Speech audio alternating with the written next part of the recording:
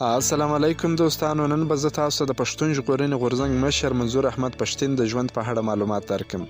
ویډیو تر اخره وګورئ. که په دې چینل کې نوي یاست د چینل هم درسره سبسکرایب کړئ.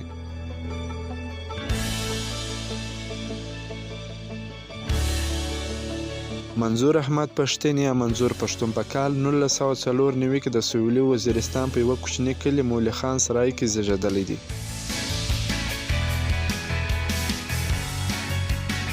پلار یې عبدالودود مسعود یې د کلي په ښوونځي کې استاد دی او ځکه منظور پښتین خپلې لومړنۍ زده کړې هم د کلي د ښوونځي څخه پیل کړي دي.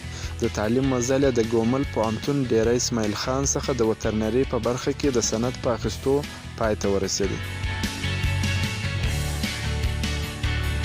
دې وزیرستاني ځوان هغه وخت د لر او بر پښتنو زړونه وګټل کله چې د پاکستان د پوځ پر ضد پاڅون وکړ.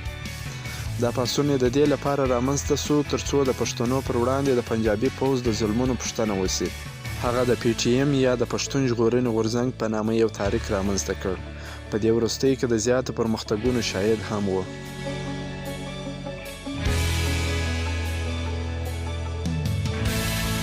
د ښاغلي منظور احمد پښتین سره خولۍ دومره مشهوره سوه چې اوس یې پښتانه د ده سره د مینې او طرفداري د ښودلو په موخه هم پر سر کوي.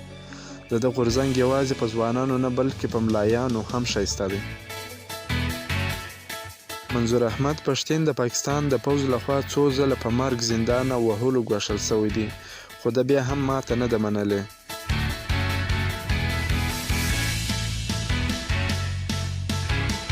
دا و د پښتون ژغورنې غورځنګ مشر منظور احمد پښتین د ژوند په اړه معلومات.